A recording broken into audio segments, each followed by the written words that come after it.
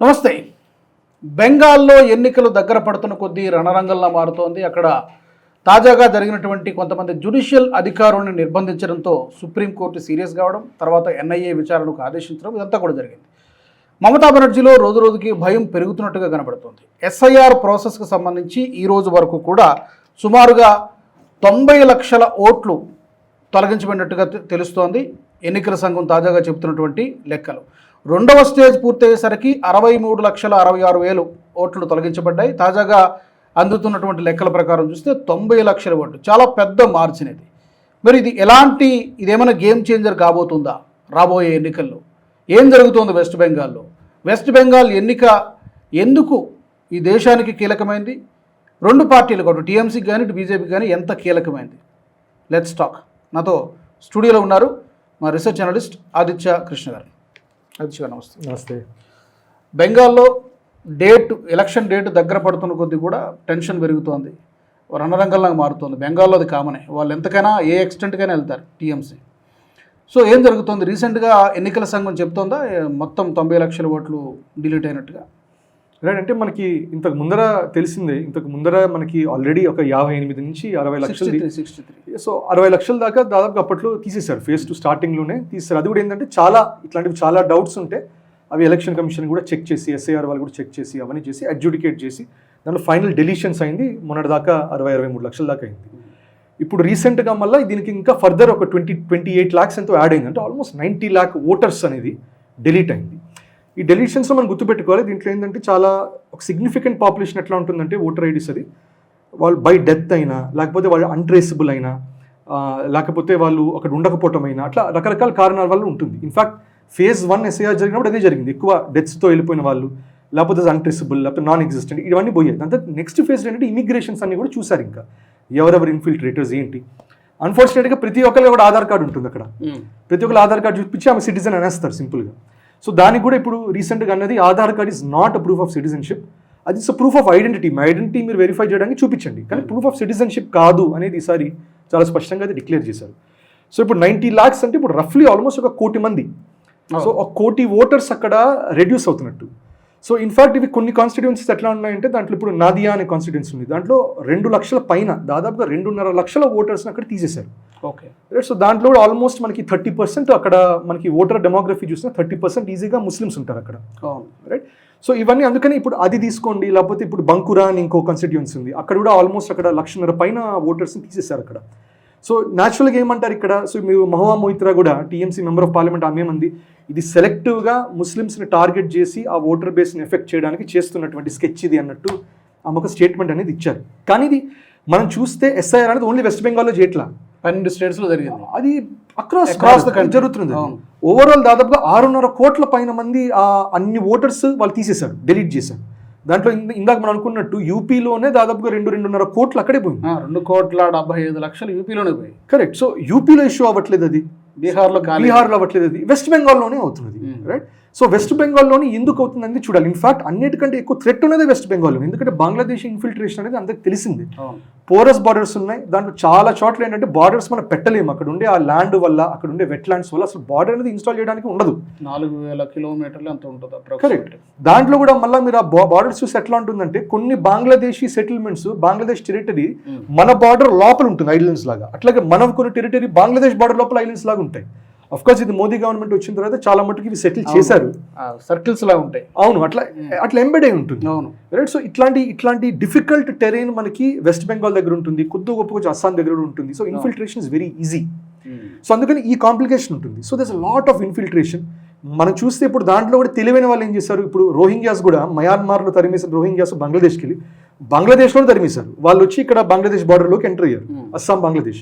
దాంట్లో అతి తెలివి వాళ్ళు ఏం చేస్తారు, నీట్గా మూవ్ అయ్యే వాళ్ళు ఇక్కడ మనకి హైదరాబాద్లో కూడా కనబడుతుంటారు. సో హైదరాబాద్లోనే ఇప్పుడు ఆంధ్రాలో కూడా కొంతమంది ఈ రోహింగ్యాస్ ఉన్నారు, కశ్మీర్లో కూడా రోహింగ్యా సెటిల్మెంట్స్ కనబడుతున్నాయి. సో వాళ్ళని ట్రాక్ చేయడం, డిపోర్ట్ చేయడం కష్టం, కానీ వెస్ట్ బెంగాల్లో ఉన్న వాళ్ళని ఈజీగా కొంచెం ట్రై చేయొచ్చు through information. So overall I think ఇది మనకి ఎస్ఐఆర్ అనేది ఇప్పుడు అక్కడ ఎలక్షన్ క్యాంపెయిన్ కూడా it is become a very strong point. So అక్కడ ఉన్న టీఎంసీ ఏమంటుంది, ఈ ఎస్ఐఆర్ క్యాంపెయిన్ మొత్తం కూడా ఇది ఒక పొలిటికల్ నరేటివ్తో చేస్తున్నారు అనేది వాళ్ళ ఇంటెంట్. కానీ మనం చూస్తే ఇంకా చాలా జరుగుతున్నాయి, ఎస్ఐఆరే కాదు. రైట్. సో అక్కడ మనకి లోకల్ పోలీస్ ఫోర్సెస్ 1,00,000 మంది ఈ ఎలక్షన్ టైంలో యాక్టివ్గా ఉంటే దాంట్లో ఇప్పుడు సెంట్రల్ పోలీస్ రిజర్వ్స్ కూడా దాదాపుగా 2 లక్షల పైన మంది పెట్టారు. డబుల్ చేశారు. డబుల్ చేసి ఆల్మోస్ట్ ఆల్రెడీ ఇప్పటికే ఆన్ ద ఫీల్డ్ ఉన్నారు. ఆన్ ద ఫీల్డ్ వెళ్ళిపోయారు కేంద్ర బలగాలు. ఇప్పుడు మొన్న కూడా వీడియోస్ వచ్చాయి. ఏమైనా వీడియోస్ వచ్చాయి, వాళ్ళు అక్కడికి ఉంటే రైటింగ్ మోడ్లోకి వెళ్తున్నారు ఆల్రెడీ కొంతమంది ప్రో టీఎంసీ వాళ్ళు, లేకపోతే వేరే we don't know what party, కానీ రైటింగ్ మోడ్లోకి వెళ్తే ఓపెన్గా అన్నారు. స్టోన్స్ మీరు పెల్టింగ్ చేస్తే మాత్రం చూడండి చాలా సీరియస్గా ఉంటుందని థ్రెటనింగ్ మోడ్లో వెళ్ళారు. పోలీసులు జనరల్గా చేయరు. పోలీసులు జనరల్గా అటువంటి స్టేట్మెంట్స్ ఎందుకు రిఫ్యూజ్ చేస్తారంటే పొలిటికల్గా బ్యాక్లాష్ వస్తుందని సైలెంట్గా ఉండాల్సి వస్తుంది. These people or central police. So వాళ్ళు చాలా ఓపెన్గా అంటున్నారు స్టోన్ పెల్టింగ్ ఉంటే మాత్రం మేము డెఫినెట్గా యాక్ట్ చేస్తాం, జాగ్రత్త, ఖబర్దార్ అని అంటున్నారు. రైట్. ఇంకోటి ఈసీఐ మొన్ననే ఒక రిపోర్ట్ చేసిన విషయం ఏంటంటే, ఒక రిపోర్ట్స్ ఏమొస్తున్నాయంటే అక్కడున్న స్టేట్ గవర్నమెంట్ టీఎంసీ గవర్నమెంట్ ఏం చేస్తుందంటే ప్రతి ఒక 800 మందిని, ఒక 830 మందో అక్కడ టీఎంసీ ఒక కొంచెం ఇంపార్టెంట్ మెంబర్స్ లాగా ఐడెంటిఫై చేసి ఒక్కొక్కరికి 2 నుంచి 3 ఒక పోలీస్ సెక్యూరిటీ ఇస్తున్నది స్టేట్ పోలీస్ నుంచి. అంటే 800 మెంబర్స్కి ఆల్మోస్ట్ 2100 పోలీస్ ఫోర్స్ని వాళ్ళ సెక్యూరిటీకి డిప్లాయ్ చేస్తున్నది. సో దీని మీద కూడా ఈసీఐ అడిగింది వాళ్ళ డీజీపీని పిలిచి అసలు ఏం జరుగుతున్నది, ఇదేం డిప్లాయ్మెంట్, దేనికి చేస్తున్నారు మీరు, రిపోర్ట్ ఇవ్వండి అని అడిగింది. ఇప్పుడు ఆ రిపోర్ట్ ఇవ్వడం కూడా ఉంటుంది. సో తెలిసిందే end of the day state police is responsible to the state government కాబట్టి ఇట్లాంటివి కొన్ని చేస్తారు. దాన్ని కౌంట్రాక్ట్ చేయడానికి we are seeing central police resource వస్తుంది. అమిత్ షాజీ కూడా ఆయన అన్నది ఆయన అక్కడికి వెళ్ళి నిష్టగా ఒక 15 రోజులు అక్కడ ఉంటారన్నారు. సో ఆయన కూడా అక్కడ డెఫినెట్గా he's going to involve over there. పొలిటికల్గాను ఇన్వాల్వ్ అవుతారు, ఒక హోమ్ అఫేర్స్గా కూడా హీ విల్ ఇన్వాల్వ్. బికాస్ ఇంతకు ముందర ఎలక్షన్స్లో కూడా చూసాం మనకి పోస్ట్ ఎలక్షన్స్ భయంకరమైన వైలెన్స్ జరిగింది, చాలా కమ్యూనల్ అటాక్స్ లాంటివి జరిగాయి. సో ఇవన్నీ ఈసారి ప్రివెంట్ చేయాలి. అంతెందుకు పంచాయతీ ఎలక్షన్లకే అక్కడ పెద్ద హింస. కరెక్ట్. పంచాయతీ ఎలక్షన్లకే పెద్ద హింస.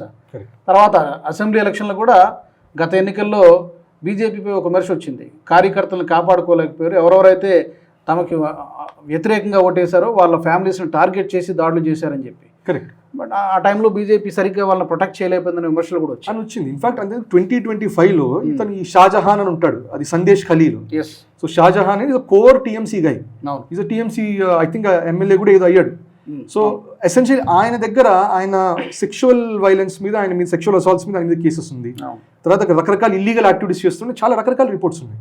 ఆయన ఇన్వెస్టిగేట్ చేయాలని చెప్పి ఎన్ఫోర్స్మెంట్ డైరెక్టర్ వాళ్ళు వీళ్ళందరూ వెళ్తే 800 మంది మాబ్ వచ్చి సందేశ్ ఖలీలో వచ్చి చాలా వైలెంట్గా వీళ్ళని తరిమేసి, ఇది ఎప్పుడు జరిగింది ఫిబ్రవరి 2025, జనవరి ఫిబ్రవరి 2025లో జరిగింది. చాలా కాలం పాటు అతను ప్రొటెక్ట్ చేసింది, ప్రొటెక్ట్ చేసింది చాలా కాలం. ఫైనల్గా ఫిబ్రవరి 2025లో ఆయన లోపలేశారు. రైట్. సో అక్కడ ఎంత లాలెస్నెస్ ఉంటుందంటే దానికి డెఫినెట్గా ఇట్లాంటి చర్యలు తీసుకోవాల్సి వస్తుంది. షాజహాన్. ఎస్. సో ఇది Shahjahan is only one of the examples. So ఈ వైలెన్స్ కూడా ఎప్పుడు మొదలైందంటే మనకి ఇది కమ్యూనిస్ట్ ఎరా నుంచే మొదలైంది. అక్కడ ఫోర్స్ఫుల్గా ల్యాండ్ ఎక్వైర్ చేయడం, అది కమ్యూనిస్ట్ లీడర్స్ పెట్టుకోవడం. సో అక్కడ చాలా ఇట్లాంటి వైలెంట్ మోడ్ అనేది ఉంది. ఇంకోటి వెస్ట్ బెంగాల్ గురించి మనం గుర్తించాల్సింది ఏంటంటే అక్కడ యాంటీ ఇన్కంబెన్సీ అనేది అంత స్ట్రాంగ్గా ఎందుకో నడవదు. ఎవరన్నా ప్రభుత్వంలో ఉంటే జనరల్గా ఇప్పుడు కర్ణాటక చూడండి, లేకపోతే కేరళ చూడండి, షిఫ్ట్ అవుతూ ఉంటుంది, మారుతూ ఉంటుంది. అట్లా ఒకసారి వాళ్ళకి ఒకసారి వీళ్ళకి అది జరుగుతూ ఉంటుంది. రైట్. కానీ మీరు అక్కడ చూస్తే ఎందుకో స్ట్రాంగ్ యాంటీ ఇన్కంబెన్సీ ఎక్కువ నిలబడదు అక్కడ. ఇప్పుడు ఇంతకు ముందర ఇది మన కమ్యూనిస్ట్ గవర్నమెంట్ ఉన్న జ్యోతిర్ బసు ఉన్నప్పుడు 34 సంవత్సరాలు ఉంది కమ్యూనిస్ట్ గవర్నమెంట్ అక్కడ. 34 సంవత్సరాల గవర్నమెంట్ని అది బ్రేక్ చేసి టీఎంసీ కాంగ్రెస్ తీసుకొని అప్పుడు ఒక స్లోగన్ ఆమె కాయిన్ చేసింది, మా మాతా మనుష్ అని. Mother land and people. So మన వాళ్ళు ఉండాలి, మన ఆలోచన ఉండాలి, ఇది మన తల్లి, మన భూమి, అట్లా చెప్పి ఒక మోడ్లోకి తీసుకెళ్ళి లెఫ్ట్ వాళ్ళని 34 ఇయర్స్ 34 సంవత్సరాలు పడింది. అట్లాగే ఇప్పుడు ఈ మధ్య చూసినా 2011లో వచ్చింది, 16లో వచ్చింది, 21లో వచ్చింది, ఇప్పుడు మళ్ళీ 26లో నిలబడుతుంది. హ్యాట్రిక్ అయింది ఇప్పుడు. కరెక్ట్. దీనిలో కొన్ని అనలిస్టులు ఏమంటే నాకు వస్తుంది అన్నట్టు అంటున్నారు, కొన్ని అనలిస్టులు కాదు ఈసారి ఇన్కంబెన్సీ డెఫినెట్గా కొడుతుంది అంటున్నారు. ప్లస్ దానిపైన ఇప్పుడు బంగ్లాదేశ్లో చాలా వైలెన్స్లు జరిగాయి. చాలా ఇప్పుడు యూనిస్ గవర్నమెంట్ ఉన్నప్పుడు చాలా మంది హిందూస్ని అక్కడ చంపారు. సో అది కూడా కొంచెం పోలరైజేషన్ అయ్యింది. రైట్. కానీ రీసెంట్గా అఫ్కోర్స్ అక్కడ మనకి కొత్త ప్రభుత్వం అక్కడ ఫామ్ అయిన తర్వాత కొంచెం అది నల్లిఫై అయింది. బీజేపీకి అది హెల్ప్ అయి ఉండేది యూనిస్ ప్రభుత్వం ఆ హిందూ వైలెన్స్ అంటే, ఇప్పుడు కొంచెం అడ్రస్ అనేది అవుతుంది బంగ్లాదేశ్లో. సో ఇవన్నీ, so I will say that Bengal అనేది it is a very complicated thing. Almost 30% plus వాళ్ళకి ముస్లిం క్రౌడ్ ఉంది. వాళ్ళకి సింగిల్ ఓట్ బ్లాక్ లాగా వాళ్ళు మెజారిటీ టీఎంసీకి ఓట్ చేస్తారు. మమతా బెనర్జీ ధీమా కూడా అదే కదా. కరెక్ట్. ఆ ఓట్లు ఎక్కడికి పోవు, కన్సాలిడేటెడ్గా నాకే పడతాయి అనేటువంటి ఒక ధీమా ఉంది.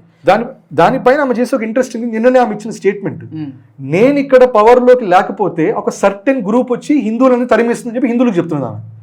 ఆ ఓట్ బ్లాక్ నుంచి ఓట్స్ తీసుకుంటుంది. హిందువులకి వెళ్ళి ఏమంటుంది, నేను ఇక్కడ లేకపోతే మిమ్మల్ని తరిమేస్తారు జాగ్రత్త అని కూడా అంటుంది హిందువులకి. అదొక హెచ్చరిక. సో అది కూడా ఓట్ బేస్ని ఆమె ఆక్యుపై చేసే ప్రయత్నం. దానిపైన ఒక వెరీ పాపులర్ ఓట్ బ్యాంక్ అక్కడ భద్రలోక్ అంటారు, ఇంటెలెక్చువల్ క్లాస్. మొదట్లో లెఫ్ట్కి సపోర్ట్ చేసేవాళ్ళు, ఎందుకంటే లెఫ్ట్ అనేది ఎప్పుడు కూడా ఇంటెలెక్చువల్గా వాళ్ళు పొజిషనింగ్ చేసుకుంటారు. సో లెఫ్ట్ వైపు ఉండేది, తర్వాత చిన్నగా టీఎంసీ వైపు వెళ్ళారు, లేకపోతే కాంగ్రెస్ వైపు వెళ్తారు. ఈసారి ఎటువైపు ఓట్ చేస్తారని చూడాలి. ఇప్పుడు ఈసారి ఎక్కువ టీఎంసీతో లేరు వాళ్ళు, సో వాళ్ళు ఎటువైపు ఓట్ చేస్తారనేది చూడాలి.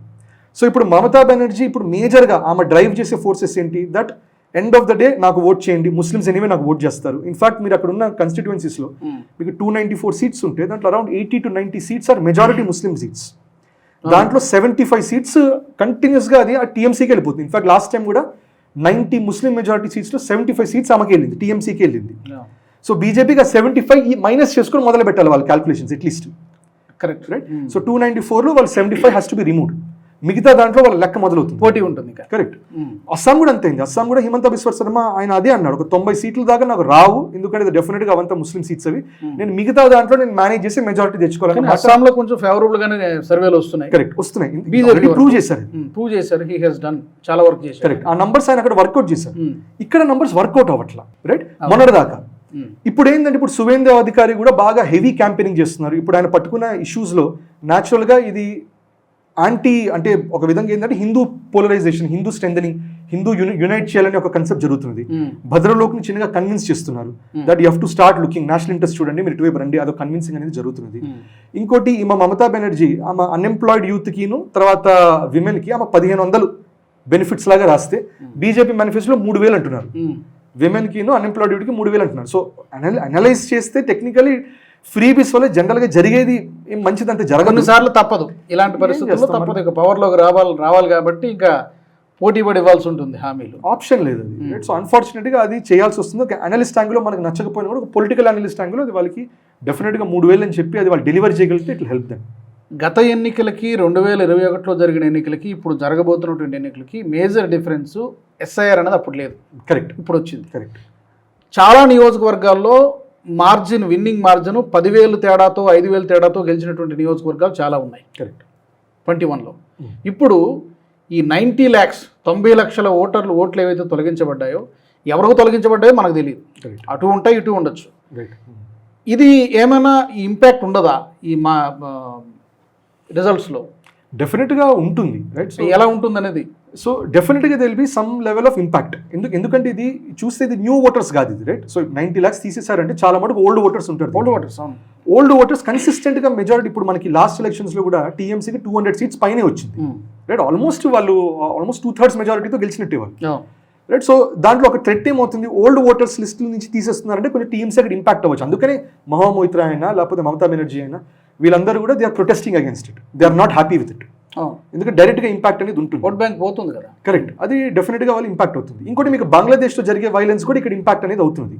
దీనిపైన మీరు ఇన్ఫాక్ట్ ట్రెండ్ చూస్తే మనకి 2014 ముందర దాకా కూడా డిపోర్టేషన్స్ చాలా ఎక్కువ ఉంటాయి. మీరు డేటా చూస్తే దట్ బంగ్లాదేశ్ ఇన్ఫిల్ట్రేట్ అయ్యి వచ్చిన వాళ్ళు ఎన్నో వేలల్లో కాంగ్రెస్ ప్రభుత్వం కరెక్ట్ 5,000, 6,000, 7,000 సంవత్సరానికి అంతమందిని పంపించేసేవాళ్ళు. 2014 నుంచి నెంబర్ తగ్గిపోతుంది, మీకు 200, 300, 400, 70 మంది ఇట్లాంటి నంబర్స్ తగ్గాయి. సో ఇది కూడా కొన్ని కాంగ్రెస్ హ్యాండిల్స్ అప్పట్లో అంది, దాన్ని మేము ఉన్నప్పుడు ఇన్ఫిల్ట్రేటర్స్ పంపించాం, బీజేపీ అప్పుడు మీరు పంపించట్లేదు ఏంటి అని. కానీ అఫ్ కోర్స్ బీజేపీ ఒక స్ట్రాంగ్ రెస్పాన్స్ ఇచ్చింది దానికి. బీజేపీ ఏమంటుందంటే మేము గుస్పేటీలు ఇట్లా లోపలికి వచ్చిన తర్వాత ఆపేస్తున్నాం, అక్కడ మేము బార్డర్ సెక్యూరిటీ ఫోర్స్ మేము ఫ్రీ హ్యాండ్ ఇచ్చాం, ఎవరైనా వస్తే లాఠీలు పెట్టి తరిమి మళ్ళీ పంపించేసాను అన్నాం. సో బీజేపీ స్టాన్స్ ఇక్కడ ఏంటి, దట్ మేము బార్డర్లోకి ఎంటర్ అయ్యే అవకాశమే చేయట్లేదు. సో బీజేపీ స్ట్రాటజీ ఏంటి, ఒకటి బార్డర్లో ఎంటర్ అవ్వకూడదు, అది స్టెప్ 1. స్టెప్ 2 ఏంటంటే ఎంటర్ అయిన వాళ్ళని మీరు డిపోర్టేషన్ కంటే ముందర ఫస్ట్ ఎలక్టరల్ రూల్స్ నుంచి తీసేసేయండి. Deportation is also long process, ఎందుకంటే డిపోర్ట్ చేయాలంటే ఒక దేశం నుంచి ఇంకో దేశాన్ని డిపోర్ట్ చేయాలంటే లేకపోతే యూఎస్ నుంచి భారత్కి డిపోర్టేషన్ జరుగుతుంటాయి, ప్రాసెస్ ఉంటుంది. మనం ఒప్పుకోవాలి, వీళ్ళు మా సిటిజన్స్ వీఆర్ ఓకే అని చెప్పి ఒప్పుకోవాలి. ఒప్పుకోకపోతే వాళ్ళు డిపోర్ట్ చేయడానికి లేదు, వాళ్ళు డిపోర్టేషన్ సెంటర్లో కూర్చొని ఉండాలి వాళ్ళు. ఓకే, సో అట్లాగే ఇప్పుడు భారత్ నుంచి కూడా మనం డిపోర్ట్ చేయాలంటే బంగ్లాదేశ్ షుడ్ యాక్సెప్ట్ ఎస్ వాళ్ళు మా సిటిజన్స్ అని. అదొక మళ్ళీ అదే లాంగ్ ప్రాసెస్, అది ఒప్పుకోకపోతే ఏం చేయాలి, అది ఎక్కడ వాళ్ళు బంగ్లాదేశ్ నుంచి వచ్చారని ప్రూవ్ చేయాలి కదా. మీరు వాళ్ళు నేపాల్ నుంచి వచ్చి ఉంటే మళ్ళీ వాళ్ళని డిటెన్షన్ సెంటర్లో కూడా పెట్టి వాళ్ళ చేయాల్సి వస్తుంది, రైట్. సో ఈ ప్రాసెస్ అనేది ఉంటుంది. సో ఇక్కడ అందుకని ఎస్ఐఆర్ ఒకటి జరుగుతుంటే, రెండోది బార్డర్ సెక్యూరిటీ ఫోర్స్ వాడి ఇన్ఫిల్ట్రేటర్స్ ఆపటం, ఇవన్నీ ఒక సెంట్రలైజ్ లెవెల్లో జరుగుతున్నాయి. బట్ ఐ డోంట్ థింక్ ఇది పొలిటికల్ లెవెల్లో జరుగుతున్నట్టు కాదు, ఏంటంటే నేషనల్ ఇంటెగ్రిటీ లెవెల్లో జరుగుతుంది. సో ఇక్కడ ఒక వెరీ ఇంపార్టెంట్ పాయింట్ వస్తుంది, వెస్ట్ బెంగాల్ ఎలక్షన్స్ అనేది ఇజ్ ఇట్ ప్యూర్లీ పొలిటికల్. ఇప్పుడు మనకి బీహార్, మధ్యప్రదేశ్ ఇవన్నీ చేస్తున్నట్టు is it purely political. So it is not really political. ఒక నేషనల్ సెక్యూరిటీ లెవెల్లో కూడా it's very important that central government ఏది ఉంటుందో దానికి ఒక ప్రో గవర్నమెంట్ అనేది స్టేట్ నుండి ఎప్పుడైనా హెల్ప్ అవుతుంది. సో మనకి ఇప్పుడు తెలంగాణ, ఛత్తీస్గఢ్ ఈ ఏరియాలో, జార్ఖండ్ ఈ ఏరియాలో కూడా మనకి బాగా నక్సల్ ఇన్ఫెస్టెడ్ ఏరియాలో ప్రో గవర్నమెంట్ స్టాన్స్తో కొంచెం వాళ్ళు సపోర్టివ్గా ఉంటే దట్ ఈస్ వెన్ మీరు నక్సల్ మూవ్మెంట్ని కంటిన్యూ చేయగలిగారు. సో అందుకని border states are very important. Correct. Not just BJP, కాంగ్రెస్కైనా కూడా ఇప్పుడు కాంగ్రెస్ ప్రభుత్వంలో ఉండగా ఒక యాంటీ కాంగ్రెస్ గవర్నమెంట్ స్టేట్లో ఉంటే వీళ్ళు ఏ పాలసీ పెట్టాలనుకున్నా వాళ్ళు రిఫ్యూజ్ చేస్తారు. అస్సాం అయినా, బెంగాల్ అయినా, పంజాబ్ అయినా, బోర్డర్ స్టేట్స్ ఏవైనా కూడా ఇదే పరిస్థితి. కరెక్ట్. సో ఇప్పుడు బెంగాల్ వాళ్ళకి అడ్వాంటేజ్ ఏంటి? ఇన్ఫిల్ట్రేటర్స్ వస్తారు, వాళ్ళకి ఆధార్ ఇచ్చేసి ఓటర్ ఐడి ఇచ్చేసి ఓట్ చేస్తే మనకి బెనిఫిట్ కదా. సో నేషనల్ విజన్ మనకి అనవసరం, మనం గెలుస్తున్నాం, మనం పవర్లో ఉంటున్నాం, ఆ ఆలోచన ఉంటుంది. సో ఇక్కడ అందుకని ఇట్స్ వెరీ ఇంపార్టెంట్. ఎందుకంటే ఇప్పుడు మీకు గుర్తుపెట్టుకోండి, పిఓజేకే గురించి ఈ మధ్య డిస్కస్ అవుతుంది. సరే చాలా మంది అంటున్నారు ప్రోగ్రామ్ చేసి, కరెక్ట్. సో కమెంట్స్ అంటున్నారు పిఓజేకే మనకు అవసరం అంటే 100% అవసరం. ఎందుకు అవసరం అంటే పిఓజేకే లేదు కాబట్టి మనం వెళ్ళి చాబహార్ పోర్ట్లో 1000 కోట్లు ఖర్చు పెట్టాం.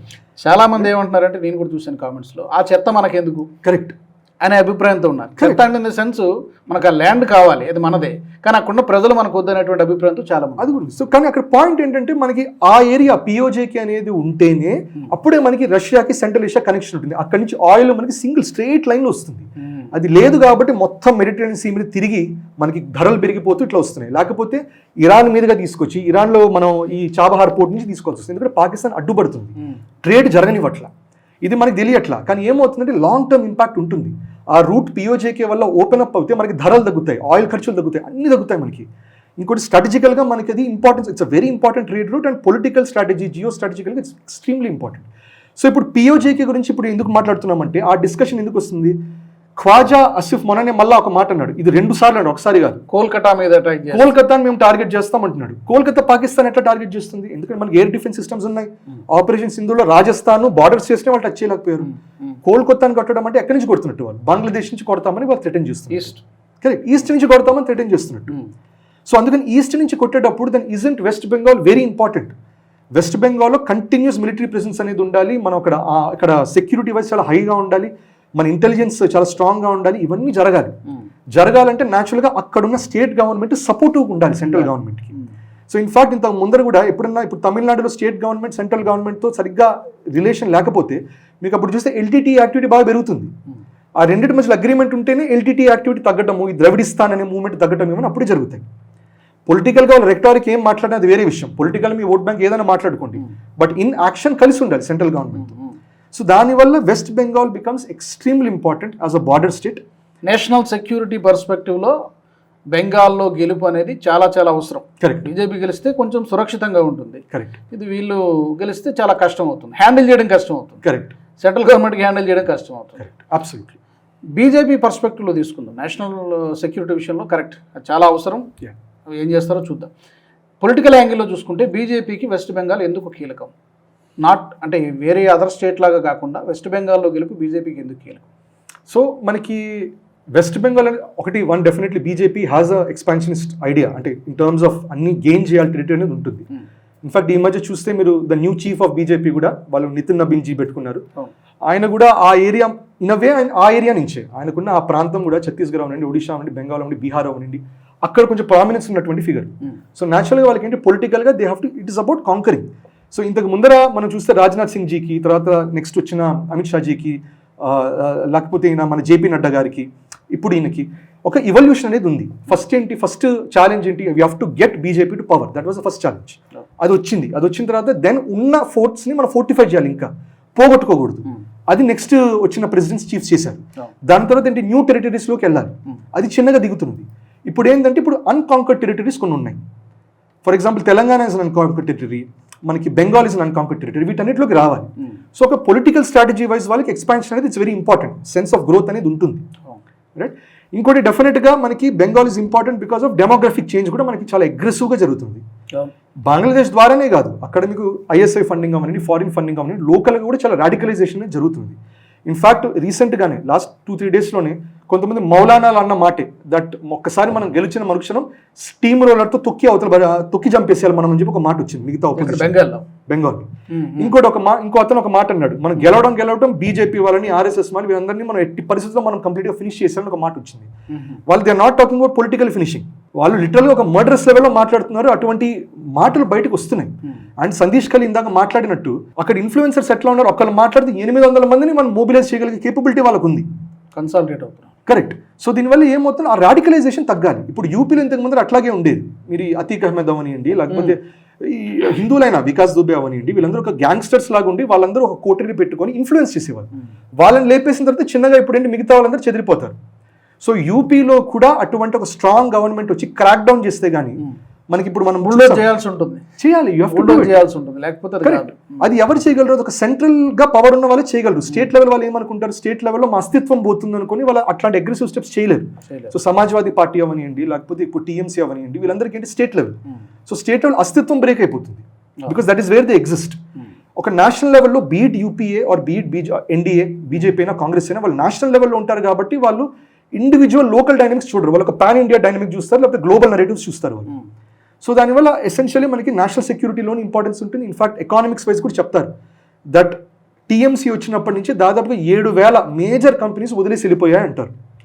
అఫ్కోర్స్ దానికి కౌంటర్ ఇచ్చింది టీఎంసీ. ఏమన్నారంటే కానీ మీరు చూడండి గత 2011 నుంచి 2025 దాకా మీకు దాదాపు 70,000 కొత్త కంపెనీలు వచ్చాయి కదా అంటారు. కానీ అఫ్కోర్స్ మళ్ళీ కౌంటర్ చేసే వాళ్ళు ఏమంటారంటే 70,000 కంపెనీలు వచ్చాయి కానీ small startups, small proprietor companies ఎక్కువ వచ్చాయి.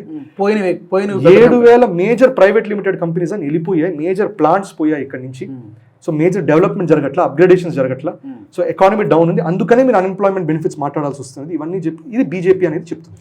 మైనారిటీ అపేజ్మెంట్ తారాస్థాయికి వెళ్ళిపోయింది, నో డౌట్. అందులో సందేశ్ ఖాళీ ఉదంతం కావచ్చు, ఆ తర్వాత జరిగిన ఆర్జికర్ మెడికల్ అది కానివ్వండి, ఆ తర్వాత కూడా మరొక 2-3 ఇన్సిడెంట్ జరుగుతూనే ఉన్నాయి కంటిన్యూస్గా. కొన్ని మీడియాలో రిపోర్ట్ కావట్లేదు, కొన్ని హైలైట్ అవుతున్నాయి. కరెక్ట్. చాలా ఇష్యూస్ ఉన్నాయి. బెంగాల్ ప్రజలు మరి ఇవన్నీ ఎంతవరకు ఆలోచిస్తారో తెలియదు కానీ but there are law and order control తప్పింది, మహిళలకు రక్షణ లేదు, కరప్షన్ పెరిగిపోయింది, ఇవన్నీ జరుగుతున్నాయి. ఎంతవరకు కన్సిడర్ చేస్తారో చూడాలి, అది చూడాలి మనం. End of the day freebies తర్వాత ఇప్పుడు ఈమె మమతా బెనర్జీ మెయిన్ గోలే వెల్ఫేర్ స్కీమ్స్ మీద నడుపుదాం. వెల్ఫేర్ స్కీమ్ బెంగాలీ ఐడెంటిటీ మీద నడపాలనే యాంగిల్లో వెళ్తుంది. Local sentiment. BJP natural as usual అది Hindu consolidation, but at the same time BJP ఇది కూడా it's not making any anti Muslim statements. మీరు చూస్తే హిందూ కన్సాలిడేషన్ మీద ఫోకస్ చేస్తున్నారు కానీ యాంటీ ముస్లిం రెటరిక్ ఏం రావట్లేదు. టీఎంసీ నుంచి కొంచెం యాంటీ హిందూ రెటరిక్ కొంచెం వస్తున్నది, but that is not happening from BJP at least ground లెవెల్లో ఆర్ ఈవెన్ థింక్ ఒక పాలసీ లెవెల్లో ఇట్స్ నాట్ హ్యాపెనింగ్. సో దీనివల్ల ఏమన్నా ఈసారి ఏమైనా మార్పు వస్తుందా, లేకపోతే ఇంతకు ముందు అనుకున్నట్టు 34 సంవత్సరాలు కమ్యూనిజంకి ఇచ్చినట్టు వాళ్ళు మళ్ళీ are they willing to give another term to Mamata Banerjee? అది end of the day Bengal జనాలు వాళ్ళు నిర్ణయించుకున్నారు. అదే వారం రోజుల కింద వచ్చినటువంటి సర్వేలు అయితే అవే చెప్తున్నాయి, ఎడ్జ్ అయితే మమతా బెనర్జీకి ఉందని చెప్పి. బట్ ఈ మధ్య జరిగినటువంటి ఈ పరిణామాలు, సుప్రీంకోర్టు హెచ్చరికలు, మోదీ గారు పర్యటన ఇవంతా చూసుకుంటుంటే అమిత్ షా గారి హెచ్చరికలు, మోదీ గారు అన్నారు చూసారా జంగిల్ రాజు నడుస్తోంది, మే 5వ తారీఖున అందరి లెక్కలు తెలుస్తామని చెప్పి మాట్లాడారు. బట్ ఏంటి అనేది తుది విజయం అనేది మనం మే 4నే చూడాల్సి ఉంటుంది. కరెక్ట్. ఆల్రైట్ ఆదిత్య గారు, చూద్దాం మరి ఏం జరుగుతుందో, బెంగాల్ ప్రజలు ఎలాంటి తీర్పిస్తారనేది చూద్దాం. Thank you very much. మా ప్రేక్షకులు కూడా ఈ టాపిక్కి సంబంధించి పశ్చిమ బెంగాల్లో ఏం జరగబోతోంది, పశ్చిమ బెంగాల్లో మమతా బెనర్జీకి అక్కడ ప్రజలు మరొక ఛాన్స్ ఇస్తారా లేదంటే బీజేపీని ఎన్నుకుంటారా, మీ యొక్క అభిప్రాయాల్ని తప్పకుండా కామెంట్ సెక్షన్లో పెట్టండి. మరొక ఎపిసోడ్లో మరొక ఇంట్రెస్టింగ్ టాపిక్తో మళ్ళీ కలుద్దాం. జై హింద్. ఈ వీడియో మీకు నచ్చినట్టయితే లైక్ చేయండి, 10 మందికి షేర్ చేయండి. అలాగే కామెంట్ల రూపంలో మీ అభిప్రాయాలను మాతో పంచుకోండి. Nationalist hub group of channels ను సబ్స్క్రైబ్ చేసుకుని తెలుగునాట జాతీయవాద జర్నలిజాన్ని ప్రోత్సహించండి. ఈ వీడియో కింద ఉన్న బెల్ ఐకాన్ పై క్లిక్ చేయడం మర్చిపోవద్దు.